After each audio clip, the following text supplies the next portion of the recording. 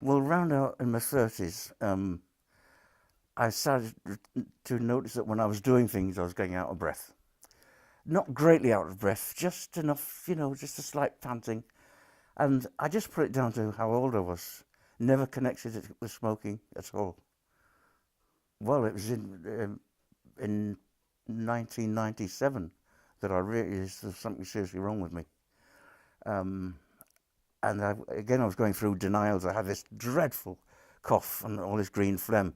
And I kept saying, I've got a chest infection. No, I didn't have a chest infection. I had COPD. And it wasn't until I started to consult people that that's the road I went on. Always very active. You have to go through various tests in the army, physically demanding tests to qualify for pay increases and things like that. I told you before about the 12-mile bash every year with full kit, ammunition, grenades and rifle. And you've got to be fairly fit to do that. And as we joked before, the first thing I did after the exercise was sit down and have a fag.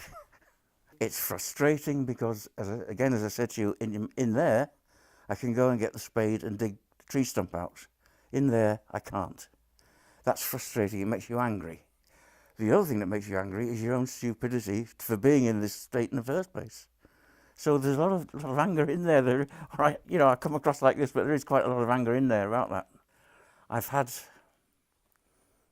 4 of these, I think, in the last 7 years, and they are most. You think you're dying. What happens is, for some reason, you can't get your breath at all. And because you're fighting to get your breath, your stress levels go up, you panic, and you can't breathe, and you think you're going to die. I was in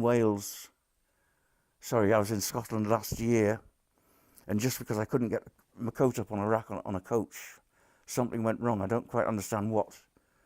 But I had to suddenly get out of the bus, and I thought I was going to die. It's terrifying. So again, if you want to back into smoking, don't go there. If you want to end up like me, on that big machine over there, or with an oxygen tank on my back over there, keep smoking. Keep doing it. Kill yourself. But the fortunate thing about this is mine isn't getting any worse. Whereas a lady up the road recently has died from it, and she was on oxygen all the time. But thank God mine isn't getting any worse.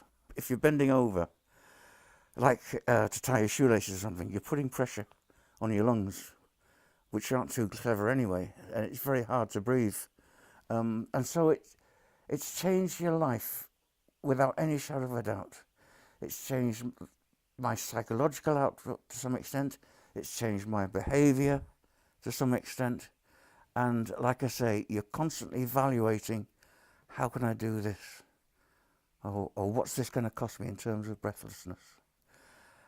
I'll give you an example. I've got to go this afternoon for hearing tests at Specsavers in Sunderland.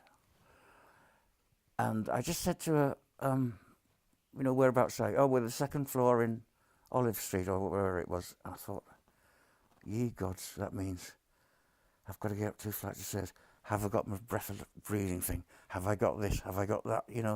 And you're checking all the time for stuff like that. To do with nature and gardening. And when we came here, that was a wilderness out there. And in those days, I think I said to you, 35 years younger and fitter, even though I smoked, digging out laurel bushes and things, cutting down stuff, hey, no problem at all. Digging ponds, Now, there's a very expensive lawnmower Moser lawnmower sitting in that shed over there, which hasn't been used for 3.5 years. And I pay, man, £15 to come and do the lawns now. Just don't do it. Look at me and just don't do it.